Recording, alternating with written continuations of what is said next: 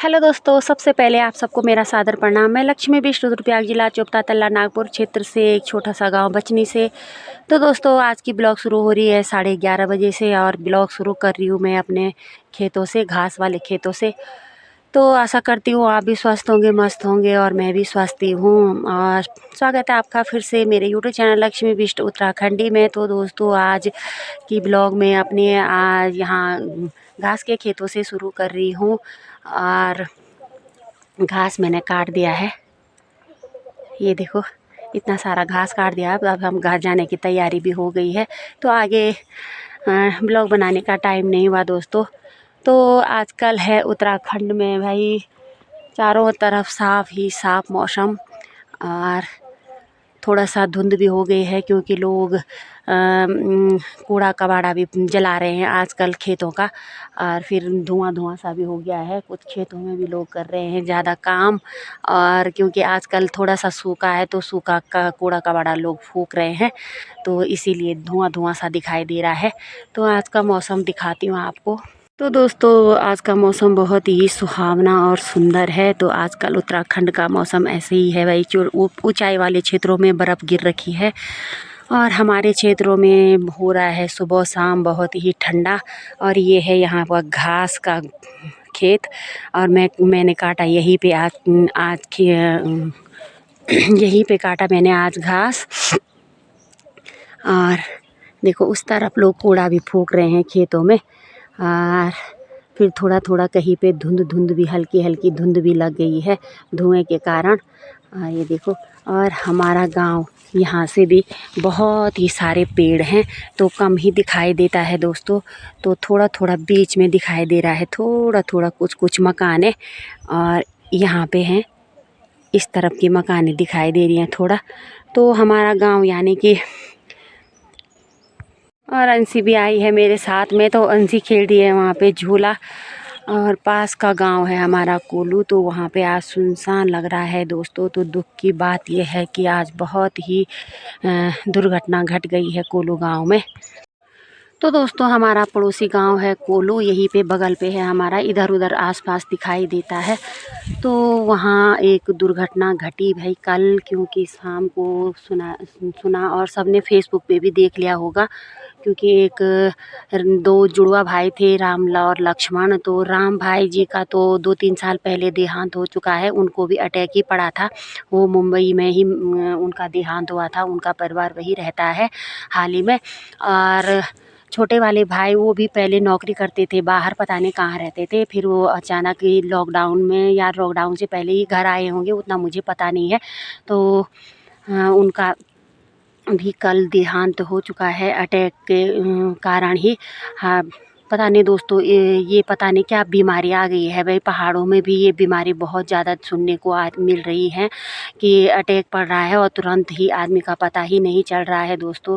तो कल उन भाई जी को अटैक पड़ा और रास्ते में ही उनका देहांत हो गया है। बहुत ही दुख हो रहा है भाई। वो क्योंकि परसों ही उनके यहाँ दिसंबर में पांडव नृत्य हुआ और पांडव नृत्य में वो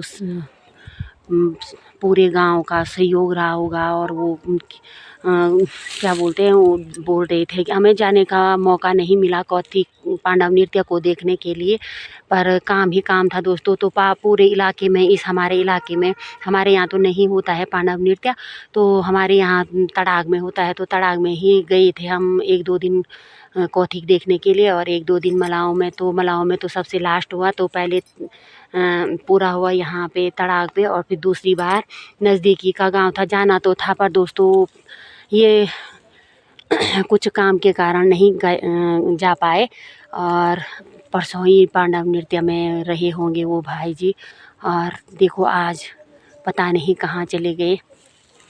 तो आदमियों का कुछ ही पता नहीं चल रहा है इस बीमारी का।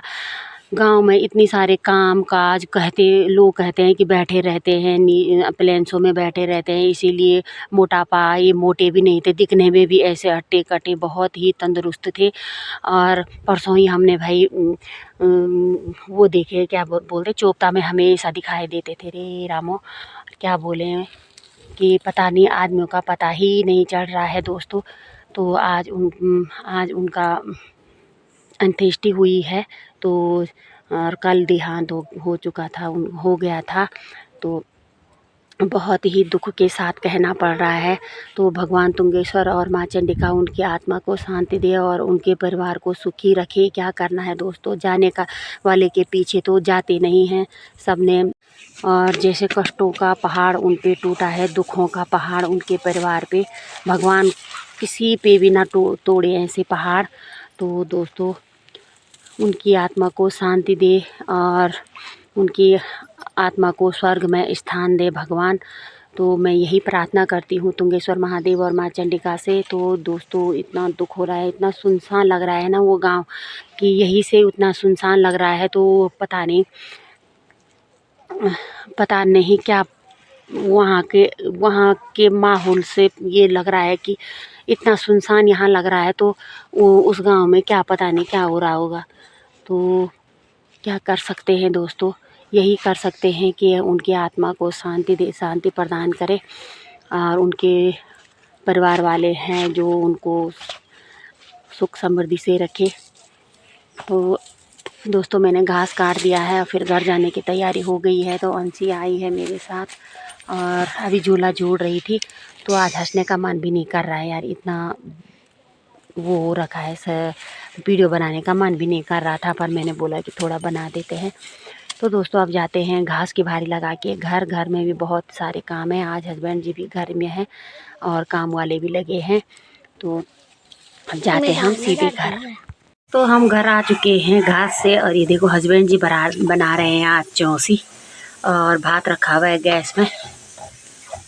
और यहाँ ये बन रहा है हमारे चूल्हे में चौसी। घर में आज ये ही थे घर में। हम पी रहे हैं यहाँ पे अभी चाय और किचन में बन रहा है हमारा खाना। तो मैं फिर से आ गई हूँ अपने खेतों में और गोबर की कंडी लेके। और गोबर तो मैंने वहाँ नीचे बिखेर दिया है नीचे वाले खेत में। और यहाँ पे काट रहे हैं हस्बैंड जी थोड़ा सा तिमला हरा घास बैलों के लिए। तो ये देखो ये है छोटी सी तिमले की डाली। और क्योंकि यहाँ पे नहीं तो गाय और बैल चरेंगे इसको, ही तो मैंने कहा कि थोड़ा सा काट दो इसको। फिर यहाँ हमारा घास भी कट चुका है तो यहाँ आना कम होगा हमारा अभी, क्योंकि गोबर डालने के लिए नीचे के ही खेत हैं अभी। तो इसको मैं इस कंडी में भरूंगी, ये वाली कंडी। और फिर जाएंगे हम नीचे वाले खेत में गेहूं को काटने के लिए। तो दोस्तों ये देखो यहाँ पे तिमले की कंडी और ये लगे हुए अभी पेड़ काटने में, भीमल का पेड़। और अब मैं पुली बांधूंगी तो इसके बाद अब मौका नहीं मिलेगा वीडियो बनाने का। तो आज की वीडियो यहीं पे एंड करती हूँ। वीडियो अच्छी लगे तो शेयर कीजिए अपने दोस्तों के साथ और अच्छे कमेंट कीजिए।